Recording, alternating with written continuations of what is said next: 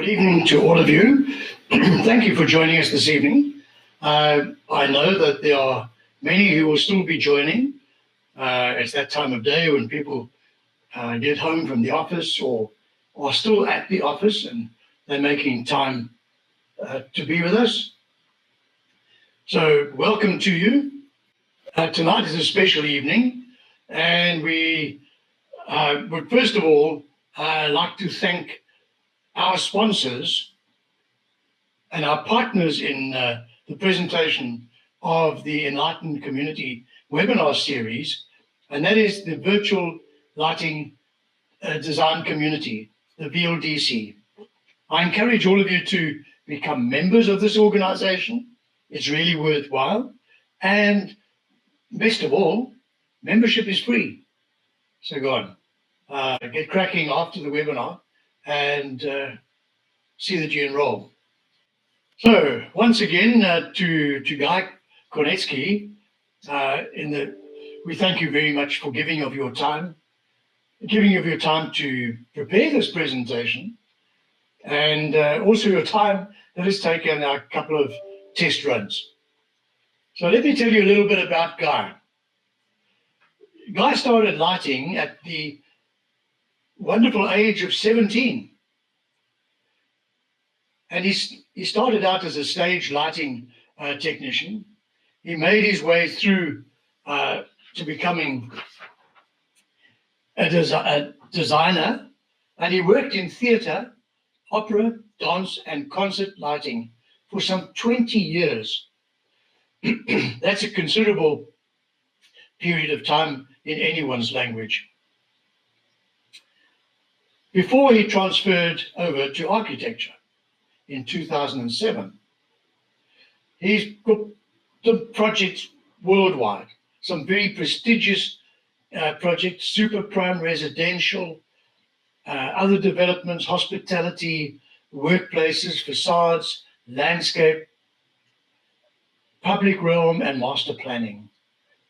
He's worked in various award-winning lighting design consultancies over the years and collaborated with some of the biggest names in architecture, interior design, construction, and project management.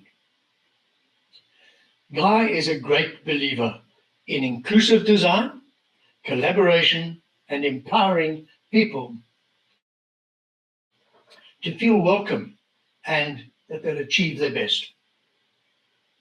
He's an associate lighting designer and a member of the Society of Light and Lighting. About the webinar, just a very brief word, because you're going to hear it all from the master himself. We often talk about lighting design or the lighting industry, but we rarely talk about what it means to be a lighting designer. Guy said this webinar aims to offer an honest and informative overview of some of the key aspects of what it means to be a lighting design professional. He's going to cover a range of topics. So without further ado, Guy, it is over to you.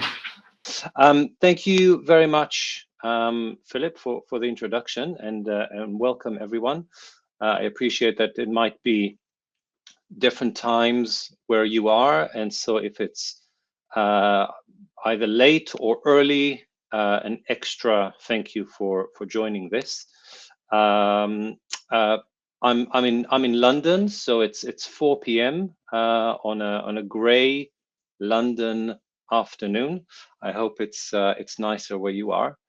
And what I wanted to talk about, as Philip mentioned, was things that we talk about less as part of this journey of being a lighting designer. So if you are already a lighting designer, congratulations, you've clearly made a great choice in joining this profession. If you are thinking of becoming a lighting designer, congratulations, you're about to make a great choice in joining this great profession.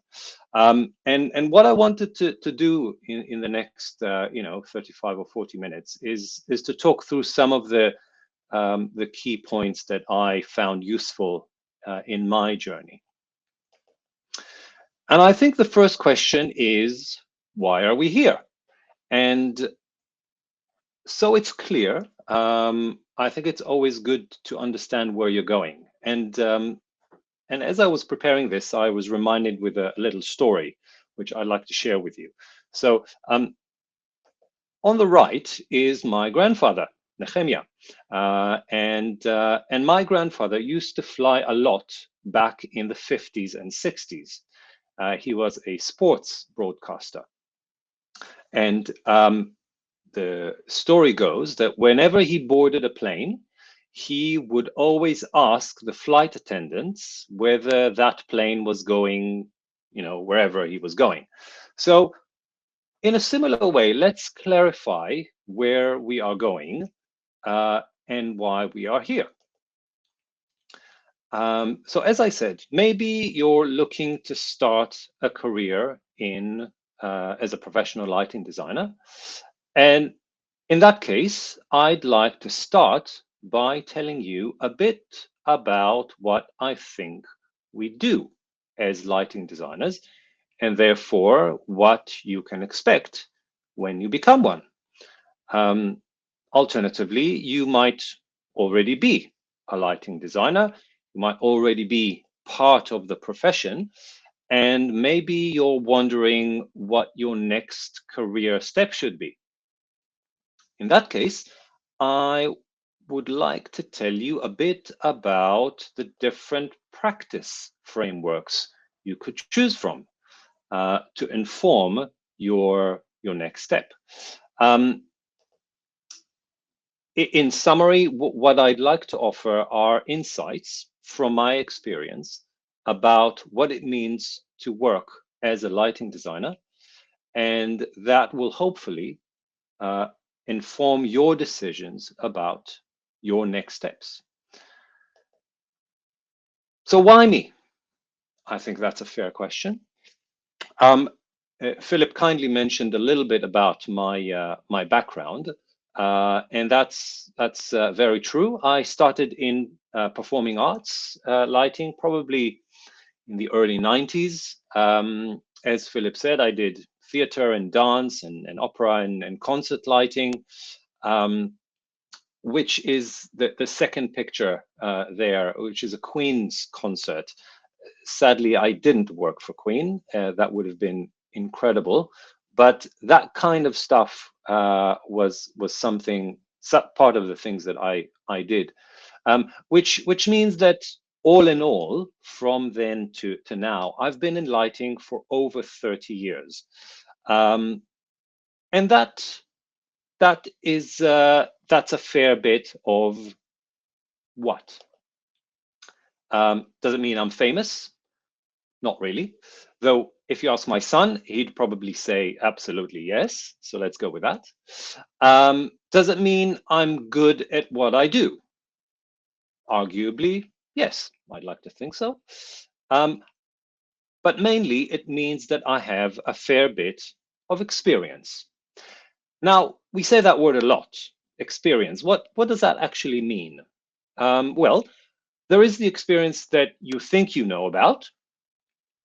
And I think there is the experience you may not have thought about, but from my perspective is arguably as important, particularly if you start your working journey. Now, this is probably true across different professions, but for obvious reasons, we're going to focus on working as a lighting designer. And I think it's useful to break things down in a way that's nice and simple to help us journey through, because let's be honest, it's all a journey. And so if we look at this journey, I think we have three parts as part of that arc. I think the first part is the work. I think the second part is the profession of lighting design. And the third part is the framework in which we practice. And I'll break those three parts down as we go through. But let's start with the first one. And again, I'd like to tell another story, if you don't mind. And that relates to what I was just talking about, which is experience. A while ago, the company I used to work for was bidding for a project. And it sounded like a great project for us. It had a really interesting brief. The design team seemed interesting. There was potential for a longer relationship. So we were very excited. We put a competitive fee proposal, a strong case why we should get the project. However, unfortunately, we didn't win it. And when we asked for feedback, which is of course very important and you should always do, we got one of those infamous sayings, you didn't get the job because you don't have the experience. I'm sure we've all heard that before. And the response is arguably as famous, well, unless you give me the job, how can I get the experience, right? It's pretty straightforward. So typically, when you think about your experience, it's the building block of your professional status, right? And I think it again helpful to break it down into a few parts. I think the first part is education, and that is where you learned. What institute did you go to? What qualifications did you get? How relevant are those qualifications to the job that you're doing? And probably grades are pretty important, although to be fair, they're only important when you start your working journey. Later on, they don't matter that much, let's be honest. I think the next part to your professional education is your CV, right? Which is like your calling card, your homepage. It's the first introduction to potential employers. It's like saying, this is what I have been doing before I showed up at your doorstep looking for this job. And I think the third part of your professional experience is achievements. It's, look how good I am. I have these certificates, awards, medals, whatever it may be. All of those form part of your professional experience, and they are very important to establishing your professional abilities. However, there is another type of experience that very few people consider.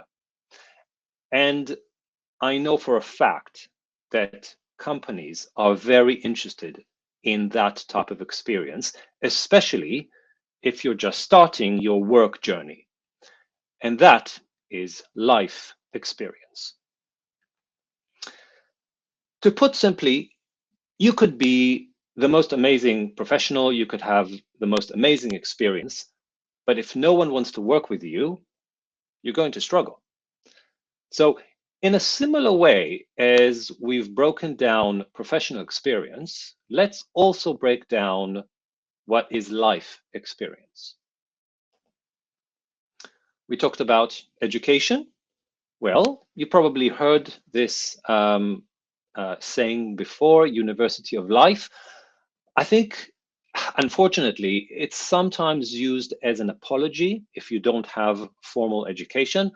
But really, this is what you've learned throughout your life. It's what makes you the kind of person that you are. And therefore, there is nothing to be ashamed of or be apologetic about. Then we talked about your CV, right? And as part of your life experience, your CV is literally everything you've gone through to date. And we're not talking lighting jobs. We're talking everything else, from various actual jobs that you've had to volunteering you may have done, to helping your family, to things that you've seen, you've heard, things that made an impression on you, things that you've read, people you know, all of that becomes part of your life experience CV. Then there is interactions, interactions with various people of various ages, of various positions, in various countries, in various languages. All of these will have influenced the kind of person you are, both on your own and with others.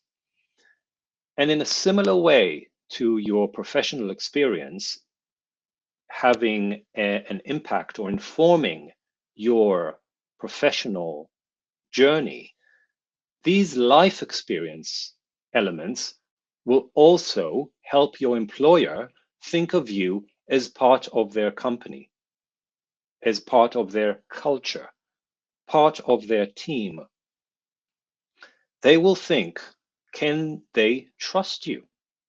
Can they depend on you? Should they invest in you?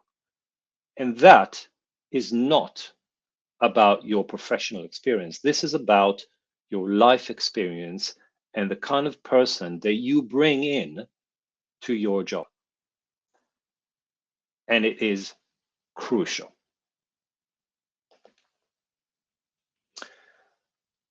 Okay, so the next step is, well, what's next? Or the sequel. You know what it's like? The first film was a great success. Expectations are very high. How will the next film do? How will it compare to the previous one? All of that jazz. Well, I think the next step in our discussion is development, both professional development and your development as a person. So let's have a look at those. As part of your professional development, again, I think there are a few elements that we can look at. First, I think there is conceptual development. These are your perceptions, your visions, your imagery. Then I see technical development, things like your ability to specify luminaires, look at installations, look at details, look at the construction process, look at project management, that kind of stuff. I think another element of your professional development is coordination, and that's engaging with others, collaborating, negotiating, bringing your contribution to the professional table. And then finally, I think there is room to develop your networking. And that is about establishing new relationships, looking at new ventures, expanding your reach, either within your own sphere, your own company, between companies and the wider lighting industry, as well as clients and collaborators. Then I think we should equally remember about your personal development. And likewise, I think the first is to use your senses and look around you. I think it's very easy in this modern age where we're often rushing, we're looking at screens, there's so much to do, there's a lot that is vying for our attention. I think it's critical to remember to look around us, take everything the world has to offer. You never know when inspiration or help will come from. Could be a place, could be an object, could be a person. You never know what or who might inspire you. So I encourage you to stay open and curious about what's happening around you. Also, ask questions. form your own opinions, and then challenge those opinions. And I would encourage you to consider that as a feedback loop. Run through it as part of your personal development and come back to asking questions, informing opinions, and then questioning them. It will guide you and keep you fresh and focused. Always be ready to gain new insights, new experiences, and new knowledge as part of your personal learning. And forgive me, but I see another little story coming, so bear with me.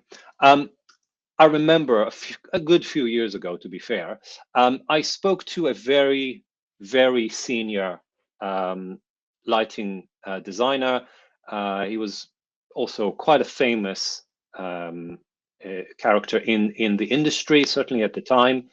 And we were at a job interview, and I asked him, I recognize that you've been in the industry for many years, and I wonder, what excites you? What are you learning after all these years? And I was very surprised to hear that he said that he has nothing more to learn. That's it. He's achieved everything he wanted to achieve. There and then, I knew that I didn't want to work for that person. That's not the kind of mentality, that's not the kind of mentoring that I feel is right. And that is because we always grow. And if you're open to learning, you will grow, you will develop as a person, and by extension, you will grow and develop as a professional. Okay. So now you know about these illustrations. What people think I do, what my mother thinks I do, what my friends think I do. And I think that applies to our profession as well. This is the kind of stuff that lighting designers do, right? This is the biz. This is what is all about. You're getting paid for it as well. You're dreaming in light and color and contrast and fancy interiors and exciting exteriors and control, and that's super cool, which of course it is. But there's more to it. There is also what I actually do, right? Let's talk about the practice, the slog. Let's talk about the real world, the kind of stuff that maybe people don't talk about enough. So, what do we do as lighting designers? So I think we look at the impact of lighting in a space and on people. I think we take these insights and we shape and direct and implement our vision of what the optimum lighting presentation should be.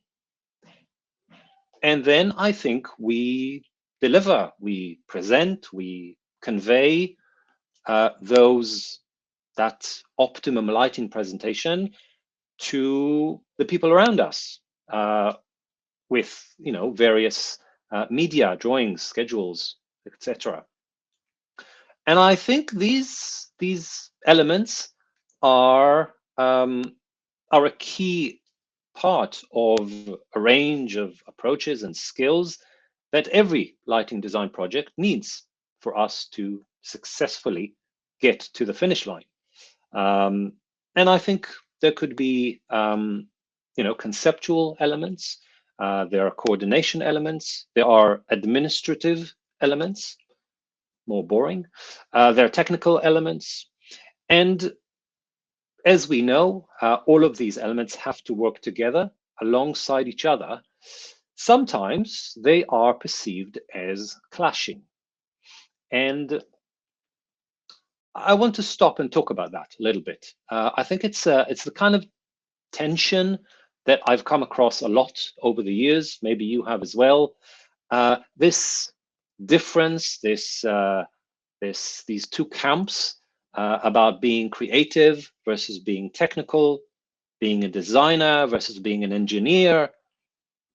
And when I was thinking about that for this presentation, it also echoed another tension, which is generally more general between art and technology. And I think this is about designers who think they don't need to know or deal with some technical aspects of the project, like, I don't know, drivers and installation details and maybe even specification details. And I was thinking about that, and I have to say, it reminded me of the demilitarized zone, you know, between North and South Korea. This sort of concept of total standoff between sides. No one is willing to go across to the other side in case they get shot. And also, it reminds me of these two, you know, seemingly opposing characters. You know, I'm a creative. I don't do technical stuff. You should speak to the MEP consultant. You should speak to the contractor. And equally, you know, I'm an engineer. I don't have design responsibility. Just tell me where you want things and I'll get power to it. I'm sure we've all seen that in one guise or another. And I think that if we break it down a little bit, I think we will see that there is actually a different way of looking at these seemingly opposing positions. So yes, these concepts are often perceived as opposites, certainly in modern practice, but I think that's quite a contemporary misrepresentation, because I was looking into it for this webinar, and I found that in ancient Greece, the word techne was actually used to describe technical artistic production. So I think that art and technology are actually better seen as growing from the same base rather than being seen as opposites. And certainly, as lighting designers, we can only manifest our creativity through technical means like luminaires, drivers, control modules, electricity. And so the more we know about those technical aspects, the better we will deliver our vision. As for designer versus engineer, you know I was being a little bit facetious before, but if nothing else, there are certain qualification differences between the two. So unless you're accredited as an engineer by a professional body, you can't call yourself an engineer. It's very similar to architects in that respect. So that's a very clear distinction. And also, again, if we look slightly closer, what we're talking about when we consider designer versus engineer is actually responsibilities and who is qualified to do what. And that, I don't think, should be confused with knowledge. And yes, different stages of the design process will require different types of knowledge. And I believe that a well-rounded lighting designer will be able to develop and deliver their creative vision together with the relevant technical aspects. And it's very clear to me that this kind of amalgamation will ensure that the project is delivered as close to the design intent as possible, and hopefully with minimal risk of miscoordination. Now, if we do talk about knowledge versus responsibility, where do the lines of responsibility get drawn?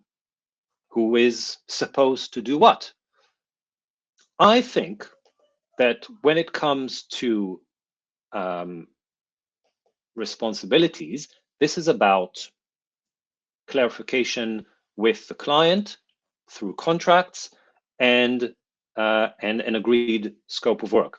That to me feels fairly clear cut. As for who should know what, as I mentioned before, I think this is about being curious and learning as much as you can, because ultimately it will serve you and the project better. Okay, so after we've hopefully dispelled one of the most ancient, in inverted commas, rivalry in the creative industries, let's talk about Parctice framework. Once we've established what we do as professional lighting designers, what framework or what practice can we do this under? I think broadly speaking, there are two paths to consider. One is a self-employed or a freelance path, and the other one is to be an employee of a company. And there are a few different company frameworks that you could explore, which I'll come back to later. But as an overview, these are broadly the choices you might have as a lighting designer. And certainly from my personal experience, I've been an employee most of my career. I worked for a company, and that suited me. I never thought I'd want to be a freelance. I never really thought what it would be like. But life took me on a journey, and I did end up working as a freelance for a couple of years, a few years ago. And so I'll be happy to share a little bit of my insights briefly into each framework. So as a freelance, first of all, you're your own boss, of course, which means that you have control of your time. You run by your own rules.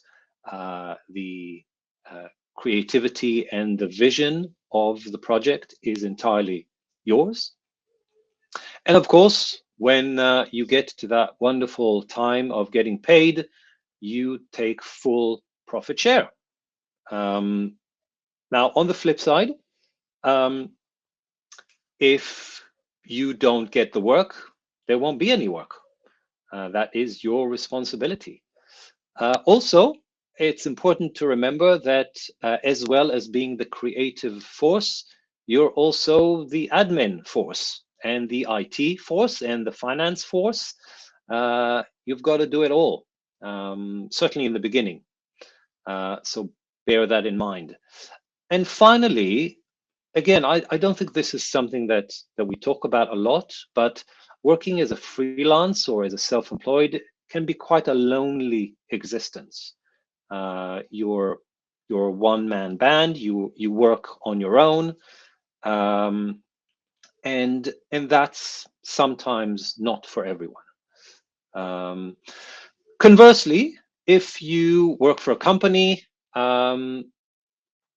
because depending on the size of it, of course, but there will be at least one more person, and so there is much more opportunity for internal collaborations with other people who are fairly like-minded, either in design or specifically in lighting.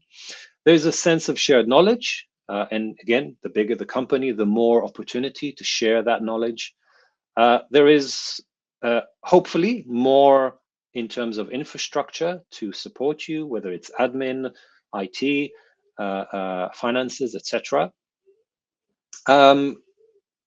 When you're part of a company, you will end up managing up as well as down, and that's something to consider, both on a professional but also on a personal level. And when you're working for a company, there will also be a social aspect to working with people. It's often, hopefully, not just a workplace. So we were talking about different types of companies that employ lighting designers, and there might be, and that's in addition to a design consultancy, which is what we've been discussing so far. So one of these types of company is a lighting supplier or a lighting manufacturer. And again, a few things to think about. If you're working for a lighting supplier, you will specify only their range of products, which stands to reason. It's likely that you will have a sales-related angle to your design work, which is something to consider.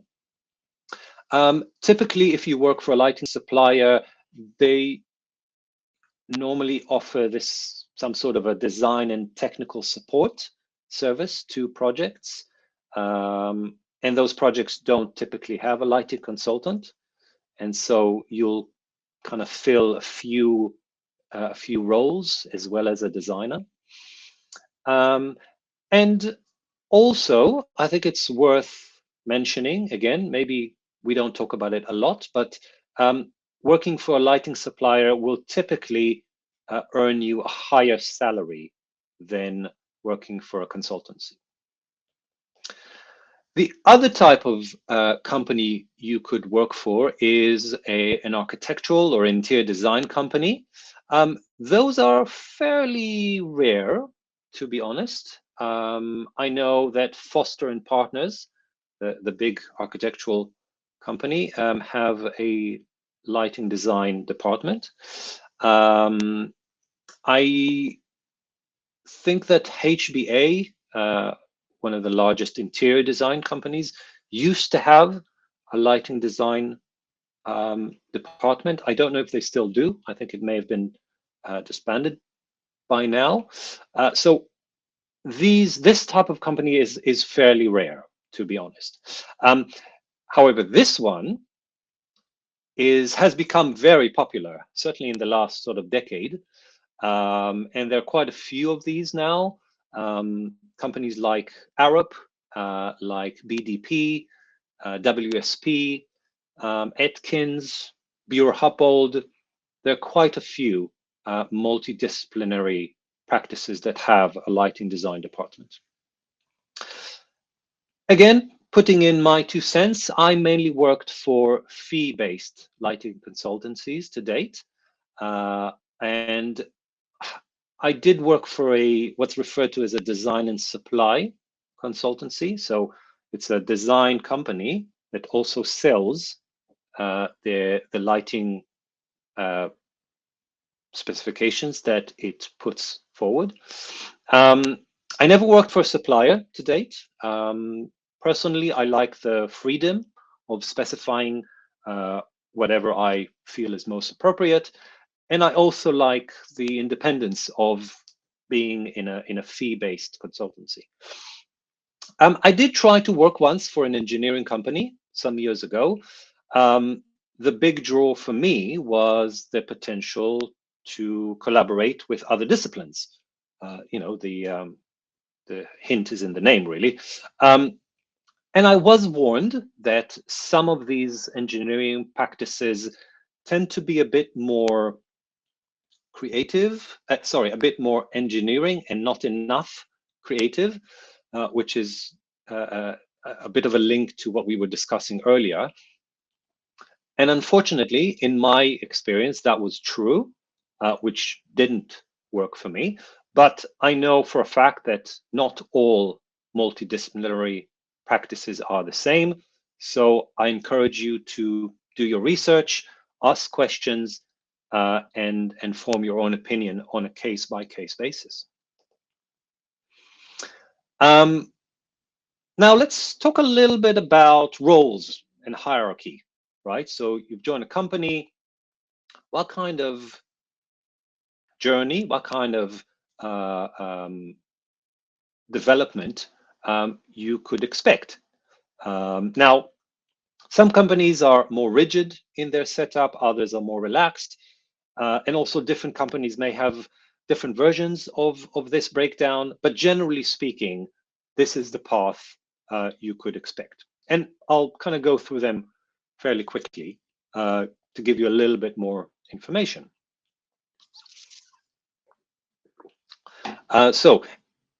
Work placement. This is usually like a taster of what it means to be a lighting designer. You end up doing a bit of everything.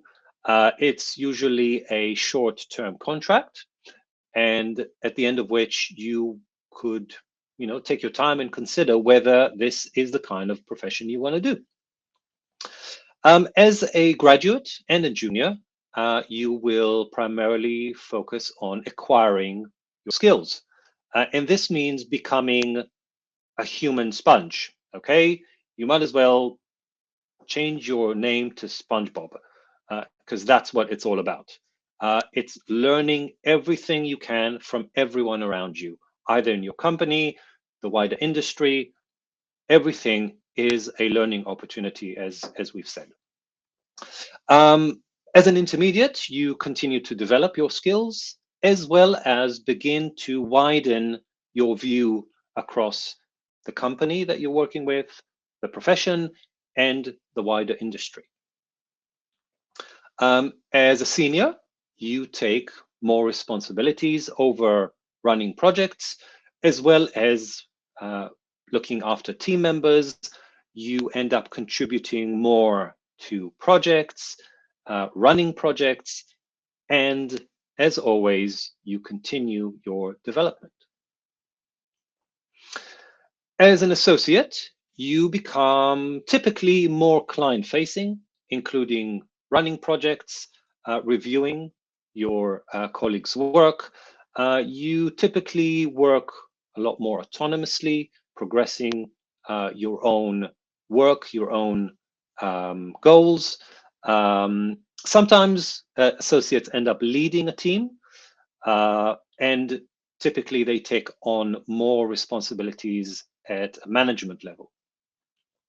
Finally, as a principal and a director level, those positions continue that trajectory of looking more at a management level, also becoming more involved in strategic discussions, leadership roles, and of course, bidding for new work, looking at acquiring clients and sort of these more relationships. I think it's worth mentioning a couple of things. Again, things that we don't normally discuss. You don't have to progress vertically. You don't. You could choose to become an expert at a particular position and not progress higher up towards, the giddying heights of top of the company. You become a master, an expert, and you maintain your own position. And I've seen it done. It's perfectly acceptable. Progressing up the ranks, so to speak, is not necessarily for everyone. Another thing to remember, which definitely people don't talk about, but if you know, trust me, will save you a hell of a lot of personal struggle. Quite often, the skills you worked hard to develop and optimize, and which earned you the promotion, end up being less useful as you progress, which is insane and very paradoxical, of course. But if you think about it, it makes perfect sense. It means that you are likely to need to learn and develop new skills in order to succeed in your new role. And that's fine. That's how it's supposed to happen. So if it happens, don't be disheartened. Don't give yourself a hard time. On the contrary, give yourself time to adjust to your new role, your new responsibilities, and grow into your role. Then there are scales of companies, right? And broadly speaking, we're talking about small and large, though nobody likes to be called a small company. So people have found the word boutique company. And again, it's largely a matter of personal preference, whether you prefer to work for a smaller company or a larger company. Each one has their own pros and cons, of course. Things like scale of projects. It's not necessarily a hard and fast rule. I worked for small companies that worked on big projects. Company infrastructure likely to be more developed. There'll be more support with a larger company. A larger company is likely to have more peer support through its sheer size. As a result, the knowledge sharing will be more substantial with more people. Smaller companies are typically more agile as a business. They can change more easily. And there'll be more connections to be made, especially if it's a global company with offices around the world. There is much more interest in collaborating across different offices and different locations. Again, from my perspective, I worked for both large and small companies. I think there is great camaraderie in working for a smaller company. I think there's a shared sense of purpose that's sort of more immediate. It's less complicated. Larger companies typically have a lot of processes. They are slower to move and change, but there is a certain, I don't know, reassurance in being working for a big company, and I think it's got a certain power to it, you know, that can help you leverage towards your work. As always, I encourage you to look around, ask questions, and think about what might work best for you. And that is nearly the end. What about my own practice? Well, until very recently, I worked for with these guys. It's a lighting consultancy called Nolte Lighting. And this is a picture of the London office, I think a couple of years ago, maybe. You can just about see me there somewhere. You could earn a cookie or something if you see me. Reminds me of that English game, Where's Wally? I don't know if you know it, where you need to find a little character amongst all the other things. Yes, so that was me until very recently. What's next? Well, I'm looking for the development of my journey, and where that journey will take me next is yet to be seen. So thank you very much, and I will hand over back to Philip to take us beyond. Thank you.